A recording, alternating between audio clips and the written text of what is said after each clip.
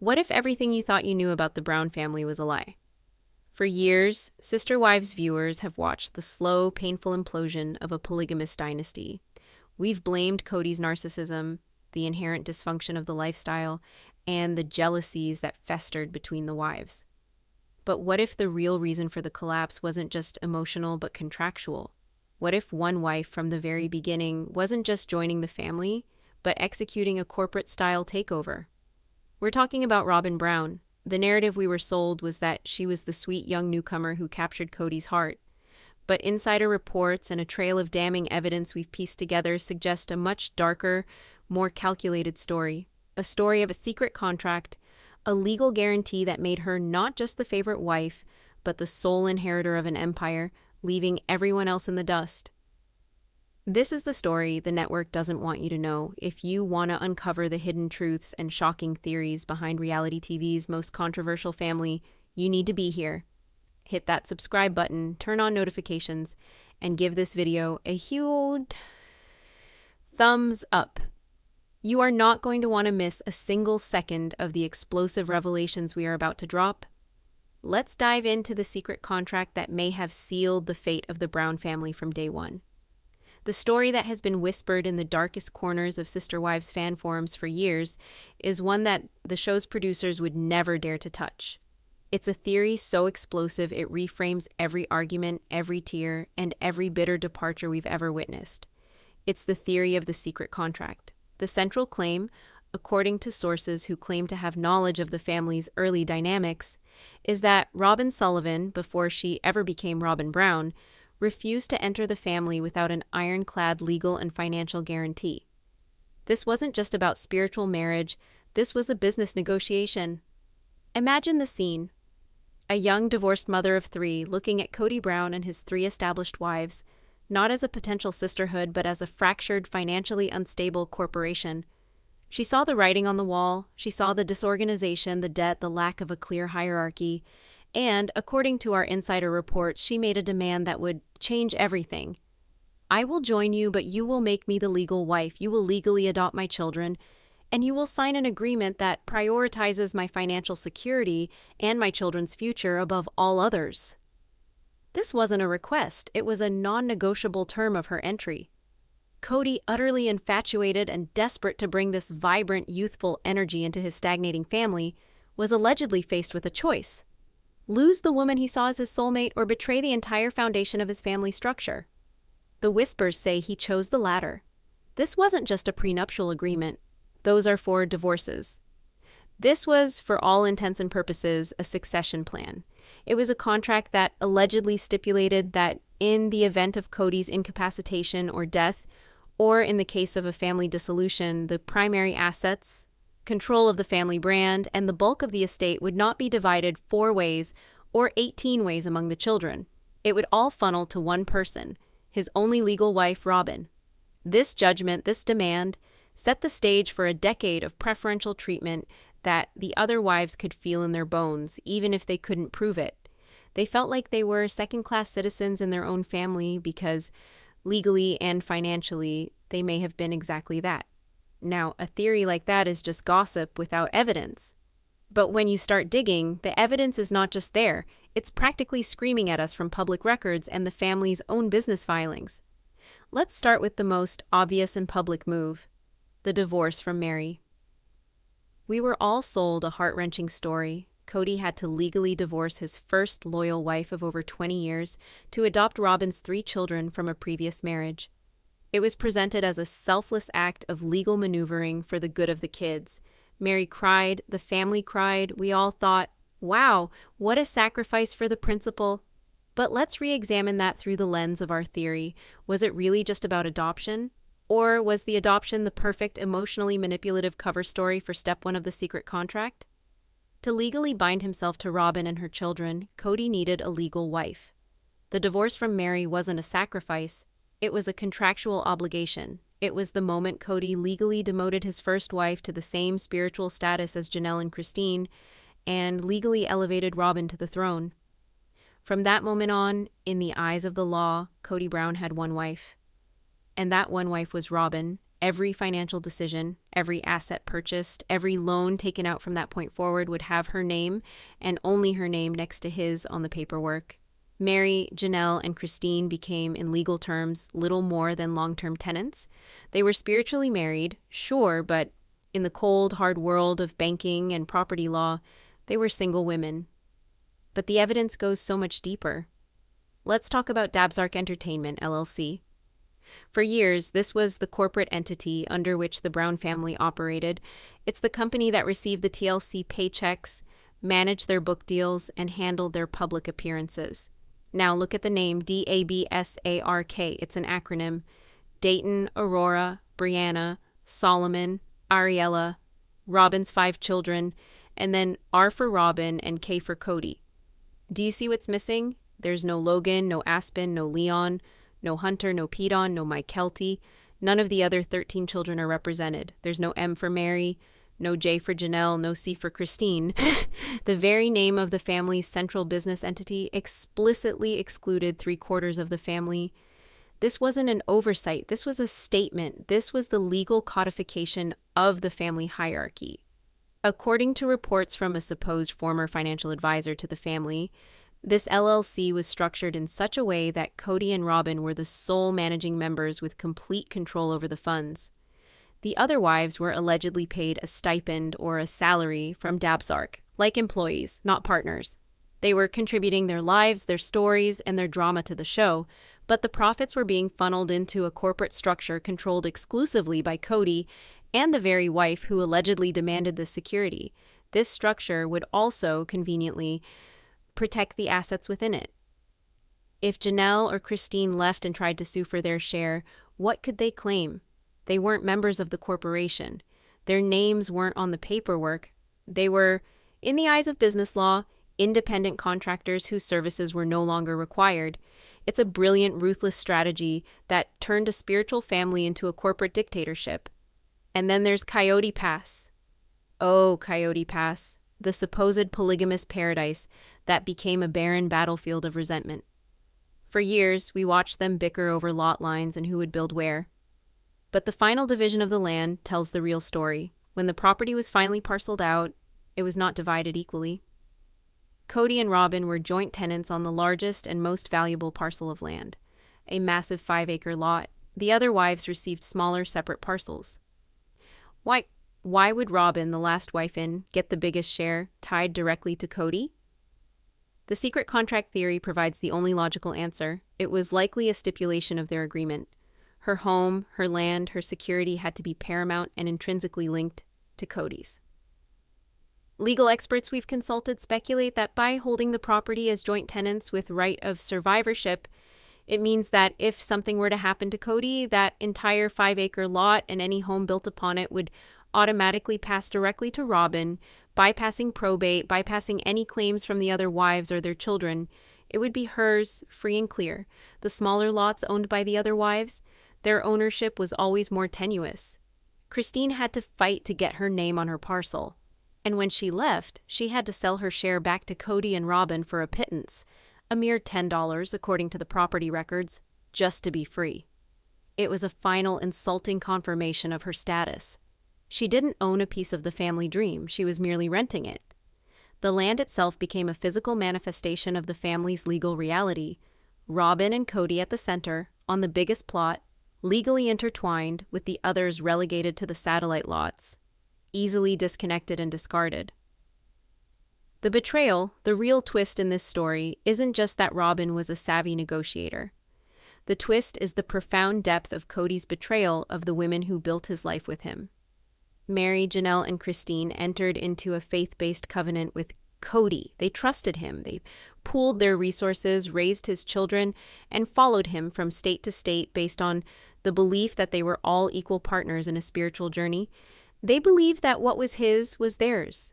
This alleged secret contract shatters that entire premise. It suggests that Kody, in a moment of blinding infatuation, willingly signed away that sacred trust. He allegedly reduced his original wives to a lower class within their own family, legally and financially, to appease his new bride. Every time he screamed at Christine for being disloyal, every time he gaslighted Meri about their relationship, every time he dismissed Janelle's practical financial concerns, it wasn't just garden variety narcissism, it was the behavior of a man trapped by a legal document he signed years ago. He had to defend Robyn, he had to prioritize her, he had to ensure her financial stability above all others because he was legally and contractually obligated to do so. His loyalty was no longer to the family as a whole or to the principle of polygamy. His primary legally binding loyalty was to Robyn. Think about the sheer coldness of this alleged act. While Janelle was living in an RV on the barren land, struggling through a pandemic, the majority of the family's liquid assets were likely tied up in DABSARK, an entity she had no control over. While Christine was begging for emotional intimacy and a functioning marriage, Kody was allegedly bound by an agreement that made his relationship with Robyn the only one that truly mattered in a legal and financial sense. While Meri was isolated and alone, clinging to the memory of a 30-year relationship, she was, in the eyes of the law, just Kody's ex-wife. This wasn't a slow erosion of love. It was a premeditated financial and legal coup that took place under the guise of romance. The other wives weren't just losing a husband to a new love. They were being systematically disenfranchised from the very family and financial empire they had helped to build from the ground up. This is the ultimate betrayal, a secret that, if true, recasts Kody not as a struggling patriarch, but as the willing architect of his original family's destruction. This theory provides the real incident anchor, the master key that unlocks why Robyn has always seemed so untouchable compared to the other wives. For years, fans have been frustrated by the dynamic. Kody could rage at Meri, Janelle, and Christine, dismiss their feelings, and criticize them openly. But any criticism of Robyn, even the slightest, was met with a level of defensive fury that was completely disproportionate. He would turn on his other wives and even his own children to protect Robyn. Why? Because she wasn't just another wife, she was the queen on the chessboard. The others were pawns. An attack on Robyn wasn't just an attack on his favorite partner, it was an attack on the entire legal and financial foundation he had rebuilt his life upon. It was an attack on the person who held the keys to the kingdom. Remember the endless arguments about the one big house? Meri, Janelle, and Christine all had varying levels of enthusiasm. But it was Robyn who seemed to have the ultimate unstated veto power. Her tears, her anxieties about the other wives bullying her were always enough to scuttle the entire plan. We thought it was just Kody catering to his favorite wife's emotions. But what if it was more? What if her secret contract contained clauses about her living situation, guaranteeing her a level of autonomy and control that a single-family dwelling would violate? Her insistence on a separate home wasn't just a preference, it was a defense of her contractually obligated position as the head of a separate, distinct, and legally prioritized household. This untouchable status extended to finances as well. We constantly saw Janelle and Christine talking about financial struggles, about needing to work, about the precariousness of their situation. Meanwhile, Robyn, who for years did not hold a significant outside job, was able to afford a large house, expensive Victoria's Secret shopping sprees, and a nanny. The show tried to explain this away, but the numbers never quite added up. The contract theory explains it perfectly. Her lifestyle wasn't being funded by the same shared pot as everyone else's. Her expenses were a priority line item in the Kody-Robyn budget, a non-negotiable cost of doing business. The other wives had to make do with what was left over after Robyn's contractually guaranteed security was fulfilled. Even the way the other wives spoke about her was different. There was always a sense of caution, of walking on eggshells. They could argue with each other, they could challenge Kody, to a point, but there was a line with Robyn they rarely crossed. This wasn't just fear of Kody's anger, it was likely a subconscious understanding gleaned over years of seeing how the family really worked, that Robyn held a different kind of power. She wasn't just a sister wife, she was, in a way, their boss's wife. She was a manager. They were labor. This unspoken power dynamic is the real incident anchor that has been hiding in plain sight for over a decade. Robyn was untouchable because in the world that mattered, the world of lawyers, banks, and corporations, she was the only one with the power to truly touch and take everything. This brings us to the most chilling part of the theory. Robyn is not just a wife, she's the legal heir to everything. The Brown family, as we knew it, is dead. Meri, Janelle, and Christine have all left. And what have they left with? Janelle left with her RV and her savings. Christine fought for the money from her house sale. Meri is off running her own businesses. They took their personal earnings, but they did not take a piece of the Brown family empire because legally they had no claim to it. The empire, encapsulated by DABSARK Entertainment and the jointly owned property at Coyote Pass, remains firmly in the hands of its two sole members, Kody and Robyn. Let's project this into the future. If Kody Brown were to pass away tomorrow, what would happen? In a traditional polygamous family, the assets would be managed for the good of the entire family. But based on the legal structures Kody and Robyn allegedly put in place, the outcome would be starkly different. Anything held jointly with Robyn, like their 5-acre plot and home, would pass to her directly and immediately. Control of DABSARK Entertainment and all the money, intellectual property, and future earnings contained within it would likely transfer to the surviving managing member, Robyn. The other children, the original 13, could be left with absolutely nothing from the family brand they helped build. They were the stars of a hit TV show for over a decade, yet their financial legacy could be completely erased, redirected to fund the lives of Robyn's children exclusively. Robyn is not just the last wife standing, she is the sole legal successor. The spiritual family may have dissolved, but the corporation remains, and she is the CEO. This reframes her famous "I just wanted to sit on a porch with my sister wives" speech. Was that a genuine desire for a plural family, or was it the ultimate corporate PR spin? She could afford to be magnanimous and talk about the big picture family dream because she knew that when the chips were down, the legal documents in the safe deposit box guaranteed her and her children the entire pot. She wasn't just building a family, she was building a dynasty for her bloodline, on the backs of the labor and sacrifice of 3 other women and their 13 children. The theory posits that from the moment she signed that alleged contract, she was no longer just a sister wife. She was the legal heir apparent, patiently waiting for the old regime to crumble so she could inherit the throne. It is a breathtakingly cynical and, if true, brilliantly executed long-term strategy that secured her future by mortgaging everyone else's. And now we peel back another layer of this shocking story, a layer that explains the day-to-day mechanics of how this secret contract allegedly operated right under our noses. It involves one of the most contentious and seemingly trivial issues in the show's history, the nanny. The fight between Kody and Christine over why Robyn, a stay-at-home mother with only 2 young children at home, was allowed a full-time nanny while the other wives had raised 12 children on their own, was a watershed moment. Viewers saw it as blatant hypocrisy, the ultimate proof of Kody's favoritism. But through the lens of our theory, it wasn't hypocrisy at all. It was business. According to our insider reports, the nanny was not a personal luxury. She was a corporate expense. Think of Kody and Robyn as the C-suite executives of Brown Family Incorporated. The other wives, in this cold analogy, were the heads of various production departments. Christine ran the domestic department for years, raising the children.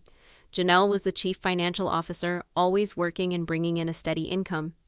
Meri was the co-founder who had been pushed out of the boardroom. In any corporation, the CEO and the COO are afforded certain perks to ensure they can focus on the big picture. Company cars, expense accounts, and yes, personal assistants. The nanny, Mindy Jessup, who was also Robyn's stepniece, wasn't just there to watch the kids. She was there to ensure that Robyn, the queen of the Brown Empire, was never bogged down by the mundane tasks of domestic life. She was free to manage Kody, to strategize their public image, and to maintain the carefully constructed world that her contract allegedly guaranteed. When Christine asked, "What does the nanny do?" it wasn't just a petty jab. It was a legitimate question from a disenfranchised partner. She was asking why corporate resources were being allocated to the executive suite for a function that every other department head had been expected to perform herself, for free, for decades. Kody's explosive defensive reaction wasn't just him protecting his favorite wife. It was a CEO furious that a department head was questioning his executive budget. He couldn't give a logical answer because the real answer was unspeakable. Because her contract stipulates a certain quality of life, and yours doesn't. She is an owner, you are an employee. The nanny wasn't a sign of favoritism. She was a line item, a perk of the job, a walking, talking symbol of the corporate hierarchy that had been secretly installed the moment Robyn signed on the dotted line. This also explains why the nanny was allowed to come and go during the peak of Kody's draconian COVID protocols. She wasn't just a visitor, she was essential personnel, necessary for the continued operation of the central command of the Brown family business. Let's now pivot to the great business disaster, the financial black hole that was my sister-wife's closet. On the surface, it was a noble idea, a jewelry and clothing boutique that all four wives would run together, a symbol of their unity and entrepreneurial spirit. But from its inception, it was Robyn's baby. She was the creative force, the lead designer, the one with the vision. And according to sources familiar with the business's inner workings, she was also the one with the final say. The business was allegedly funded with money from the family's shared television income, the very pot that the OG3 wives had filled with their lives and labor for years. It was, in essence, family venture capital being poured into the CEO's pet project. Here's where the secret contract theory becomes absolutely critical. If all four wives were equal partners, you would expect equal control, equal input, and an equal share of the profits. But that's not what we saw. We saw Robyn at the helm, with the others acting more like frustrated employees. We heard Janelle, the pragmatist, constantly worrying about the business's financial viability, expressing concerns that seemed to be consistently overruled. Why? Because when the CEO wants to launch a new product line, the CFO can advise against it, but the CEO has the final vote. Robyn's vision for my sister-wife's closet was non-negotiable because her position in the family was non-negotiable. And when the business inevitably failed, what happened? The losses were socialized. The debt became a family problem, a burden on their shared resources that affected everyone's ability to build on Coyote Pass. But the assets, the brand itself, the intellectual property, the leftover inventory, who controlled that?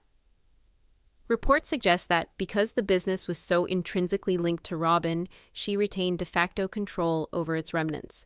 Had the business succeeded, it's highly probable that the profits would have been funneled through DABSARK Entertainment, the Kody and Robyn controlled LLC, further solidifying their financial dominance. It was a brilliant no-lose scenario for her. If it wins, we win. If it loses, the family loses. It's a classic corporate maneuver. Privatize the profits and socialize the losses. My sister-wife's closet wasn't a family business. It was a hostile takeover of family funds to finance a startup for the primary shareholder, a venture that ultimately drained the resources of the very people who were supposed to be her partners. It was yet another brick in the wall separating the haves from the have-nots within the Brown family structure. To truly understand the power Robyn wielded, we have to analyze her most effective and consistent tool, her tears. For years, viewers have been frustrated by Robyn's tendency to cry in almost every major conflict or decision-making process. It was often dismissed as emotional fragility or manipulation. But what if it was something more? What if it was a boardroom tactic, a coded signal to Kody that a term of their secret agreement was at risk of being violated? Let's re-examine key moments. The move from Las Vegas to Flagstaff. The OG wives were blindsided. Janelle had a stable career. The kids were settled. The logistics were a nightmare. But Robyn wanted to move, reportedly to be closer to her son Dayton, who was attending college there. When doubts were raised, when the sheer financial insanity of the move was pointed out, the tears started to flow. She would speak of feeling insecure, of the family needing a fresh start. And just like that, Kody would move heaven and earth, uprooting his entire family and plunging them into financial chaos to appease her. This wasn't just a husband comforting his wife. This was a man honoring a contract. Her happiness, her sense of security was the central pillar of their agreement. Her tears were a reminder, you promised my children, and I would be the priority. This move is what I need to feel secure. If I am not secure, this whole arrangement is in breach. Each tear was a tiny, powerful hammer tapping on the legal foundation of their relationship, reminding Kody of his primary obligation. The most glaring example was the one big house debate on Coyote Pass. Architecturally and financially, it made a degree of sense. But Robyn was vehemently against it. Her stated reason was fear of the other wives and the tense dynamics. She would cry, talking about how she couldn't bear the thought of the conflict, how she felt like the family scapegoat. Her emotional distress immediately became the single most important factor in the decision. The plan was scrapped, but was it really about her feelings, or was it about her contractual rights? A single large home would have legally blurred the lines. It would have made it harder to maintain the financial and legal separation that she allegedly fought so hard to secure. Her separate multi-million-dollar house isn't just a home, it's a fortress. It's the physical manifestation of her legal status. By crying, by weaponizing her emotions, she wasn't just expressing fear, she was protecting her assets. She was conducting a hostile negotiation, and as always, she won. Her tears were never a sign of weakness, they were her superpower, the mechanism by which she enforced the unwritten and perhaps written clauses of her secret deal with Kody. And then came the COVID-19 pandemic, the event that stripped away all pretense and revealed the raw, legalistic skeleton of the Brown family structure. Kody's infamous list of draconian rules for social distancing became the ultimate loyalty test. On the surface, he claimed it was all about protecting the family's health, but the rules were so extreme, so specific, and so unevenly applied that they seemed to have a different purpose entirely. They were not a public health strategy, they were a legal firewall. The rules made it functionally impossible for Kody to interact with Janelle's and Christine's households. His demands, that Janelle kick out her adult sons, that Christine cease all travel, were not medical necessities. They were ultimatums designed to force a choice. You either submit completely to the authority of the central Kody/Robyn household, or you are excommunicated. This was the secret contract being enacted in real time. For years, the family had maintained the illusion of being one large interconnected unit. The pandemic gave Kody the perfect excuse to sever those connections and legally justify what he had been doing emotionally for years, prioritizing his one legal family. Robyn and her children were inside the castle, protected by the moat of his insane rules.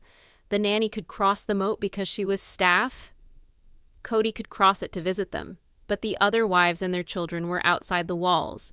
They were deemed unsafe, to sound disloyal, contaminated. This wasn't about germs. This was about hierarchy. He was physically demonstrating who was part of the core entity and who were the disposable satellite divisions. When Christine chose to take Isabel for her life-altering surgery, she was choosing her child over Kody's rules, and in his mind, she was breaching the family's operating agreement. When Janelle chose her sons over Kody, she was committing the same act of corporate treason. The pandemic didn't break the Brown family. It simply held a black light to the legal documents that had been governing them all along, revealing the invisible ink that read, "Robyn's household is the only one that matters." Nowhere is this prioritization more heartbreakingly clear than in the stark contrast between how Kody treated his biological daughter, Isabel, and his adopted son, Dayton. Isabel suffered for years from a severe case of scoliosis. She needed major surgery, a painful and terrifying ordeal for any teenager. Christine begged Kody to be there, to travel with them for the procedure. He refused, citing his own COVID rules, the same rules he seemed to bend for Robyn's household. He prioritized his rigid adherence to the new corporate policy over his daughter's physical and emotional needs. We now see this not just as poor parenting, but as a brutal financial calculation. Isabel, as a member of Christine's satellite branch, was an expense. Her surgery was a massive, unbudgeted cost that he was clearly resentful of. He was emotionally divested because he was already legally and financially divesting from that entire branch of the family tree. Now, compare that to the situation with Robyn's son Dayton, who suffered a serious ATV accident. Kody's response was entirely different. He was hands-on, deeply involved, and spared no expense or effort in Dayton's recovery. Why the difference? Because Dayton is not just a son, he is an heir. He is one of the DABSARK children, a future shareholder in the family corporation. Investing time, emotion, and money into Dayton's well-being was an investment in the future of his and Robyn's primary family unit.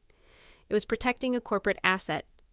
Isabel was the daughter of a woman he was legally and emotionally preparing to write off. Dayton was the son of his sole business partner and legal wife. It's a chilling, inhuman calculus, but it's the only explanation that fits the facts. He wasn't choosing a favorite child. He was allocating resources according to the family's secret legal charter. The children were no longer just children. They were assets, divided between the central corporation and its soon-to-be liquidated subsidiaries. So, how does all this connect to the present day, with the family shattered and Kody and Robyn isolated in their Flagstaff mansion? This is where the exclusive theories and insider reports paint the final grim picture. Sources close to the production have recently claimed that Christine's departure was far more legally complex than what was shown on camera. Her fight to get the proceeds from her Flagstaff house wasn't just a squabble over equity, it was allegedly a brutal negotiation with Kody and Robyn's lawyers, who were fighting tooth and nail to protect the central assets of DABSARK Entertainment from any claim she might try to make. Christine didn't get a divorce settlement. She got a severance package. She was an employee who was terminated, and she had to sign a formidable non-disclosure agreement just to get the money from the house she paid for, effectively silencing her from ever speaking the full truth about the family's finances. Furthermore, we're now hearing whispers that Janelle, the financially savvy wife who for years managed the family's money, has been consulting with forensic accountants. She is allegedly trying to trace the money she earned and contributed over the decades to see if she can claw back any of what was funneled into the DABSARK machine and used to fund Robyn's lifestyle and the purchase of her mansion. This potential legal action is said to be the source of immense panic for Kody and Robyn. It's one thing for a spiritual wife to leave. It's another for a financially intelligent spiritual wife to come back with accountants and lawyers, demanding to see the books of a corporation she was deliberately excluded from. This is their worst nightmare. A full audit could expose everything. This explains Kody and Robyn's current posture. They are not just a loving couple who have weathered a storm. They are the last two partners in a corporation that has just survived a hostile multi-front attack. They are hunkered down in their headquarters, surrounded by the spoils of their victory, the big house, the land, control of the brand. But their victory is a hollow one. They've successfully executed a leveraged buyout of their own family, but in doing so, they've destroyed their public image, alienated their entire customer base, the viewers, and lost their most valuable assets, the stories and lives of the other wives and children, which is what fueled the show in the first place. They are the lonely rulers of an empty kingdom, an empire of two built on a foundation of secret contracts and broken trust. And this leads us to the final mind-blowing cliffhanger, the twist that turns this entire story on its head one last time. We've established the theory. Robyn came in with a secret contract that made her Kody's legal heir and the true power in the family. We've asked the question, did Robyn secretly own the Brown Empire all along? But perhaps we haven't been thinking big enough. Perhaps the contract was even more cunning than we ever imagined. What if the contract didn't just make her a partner? What if it contained a succession plan not just for Kody's death, but for his incompetence? Corporations have clauses to remove a failing CEO. Is it possible that Robyn, the master negotiator, had the foresight to include something similar? Think about it. Kody's recent behavior has been erratic, self-destructive, and terrible for the family brand. He is alienating the public, his children, and the network. He is a liability. The ultimate power move in any corporation is the ability to oust the person at the top. What if Robyn's secret contract gives her the legal mechanisms to do just that? What if she has the power to remove Kody as a managing member of DABSARK for behavior detrimental to the company? What if she could legally separate from him and, due to the terms of their ironclad agreement, walk away with not just half but everything, the house, the land, the corporation, the future earnings from the show? Is Kody the next person to be fired from the Brown family empire? Has he, in his blind infatuation, signed a deal that not only disinherited his first three families, but ultimately disinherited himself, making him nothing more than a temporary figurehead in the empire of Queen Robyn? No. The final betrayal may not have been Kody betraying his wives for Robyn, but Kody betraying his own future for a woman who is always and will always be 10 steps ahead.